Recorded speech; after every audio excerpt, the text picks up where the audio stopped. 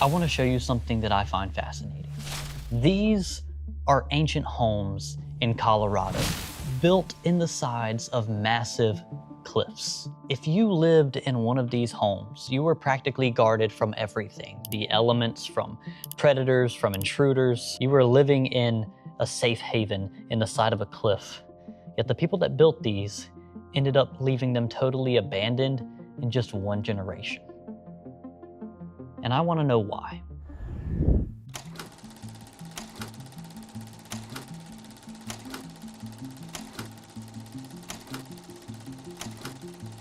This is Mesa Verde, a region in Colorado that was built by people called the ancestral Puebloans. The region gets its name from Spanish roots, Mesa meaning table and Verde meaning green. And for a long, long time, the Pueblo people lived at the mesa tops, where they resided in these pit houses that were essentially just dug into the ground and covered with brush or mud. And that might sound a bit primitive, but these people were far from that. They were even excellent farmers, using the mesa tops to farm what is called the three sisters of crops: corn, beans, and squash. And outside of anything they might have hunted, this was their primary food source. They lived in these pit homes for a long, long time, but somewhere around the year 1200, they began constructing these palaces in the cliff sides. This is kind of where things start to get interesting. These were built out of sand and mud bricks with logs for framing. This was not just a simple, primitive people. These cliff dwellings offered so many advantages. For one, if they farmed on the mesa tops,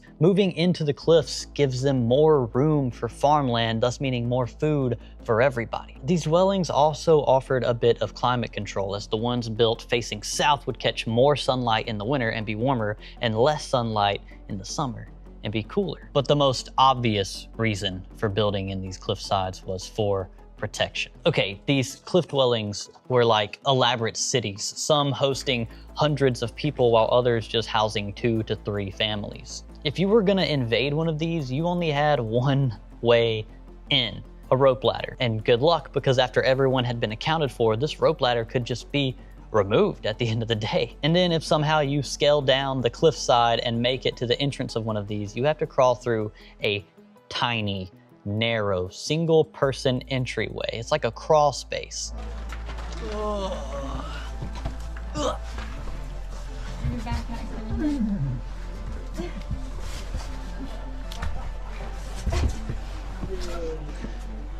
Is there a...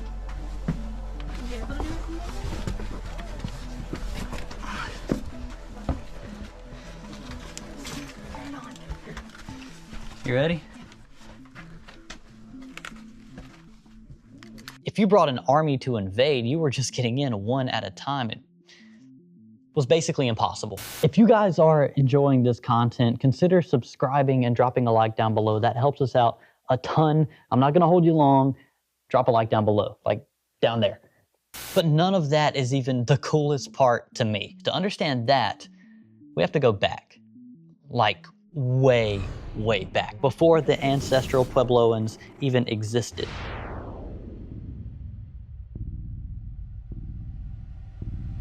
A time where North America looked like this. About 100 to 66 million years ago, North America had an ocean cutting through it, dividing it into 2 islands, connecting the Arctic Ocean all the way down to the Caribbean. This was known as the Western Interior Seaway, and Colorado was totally submerged under this. And if you've ever been to the beach, what's the one thing that's at the bottom of the ocean? Sand. Lots and lots of sand. So once the land was uplifted during the formation of the Rockies, there was a layer of thick sand that had millions of years to compact into sandstone, which is excellent at filtering water. Any rain that hit the mesa top would collect down underneath these alcoves. So when the Pueblo people built in the outcrops of these rocks, they essentially cut out any rainwater collection because it was gonna filter through the sandstone and pool up in places all around these cliff sides. All of this seemed like the perfect combination for a flourishing society. But at some point, something went wrong. These elaborate cities built in these cliffs were abandoned after just 80 years. Scientists say that the main reason that these cities were left behind was due to a massive drought that lasted well over 20 years. These people were farmers first, so a drought lasting that long would have been absolutely devastating. Food would have been incredibly hard to grow, water would become scarce, and any wildlife that they set out to hunt would probably have already left in search of their own food source. Trickle-down effects from this would likely be societal tensions as people are now fighting over limited food and resources. Wait. I know what you're thinking. How could scientists know that there was a drought that lasted that long when that was like hundreds of years ago? Well, the answer lies in trees. Specifically, these trees. Trees need water to grow, and when they have an ample amount of water, the rings are actually spaced out further because of exponential growth. However, when trees don't get enough water, the rings on the tree are closer and closer together.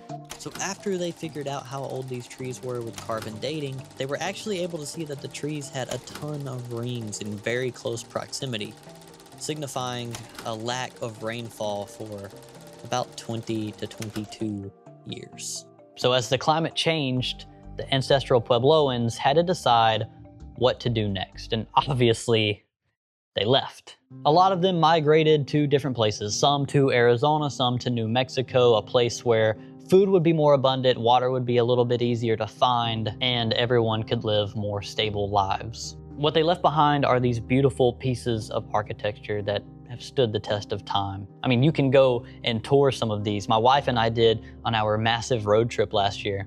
And when we left Mesa Verde, we were incredibly impressed by the craftsmanship and the culture. But ultimately, it left me realizing that no matter how much you prepare, you can only survive if you're adaptable.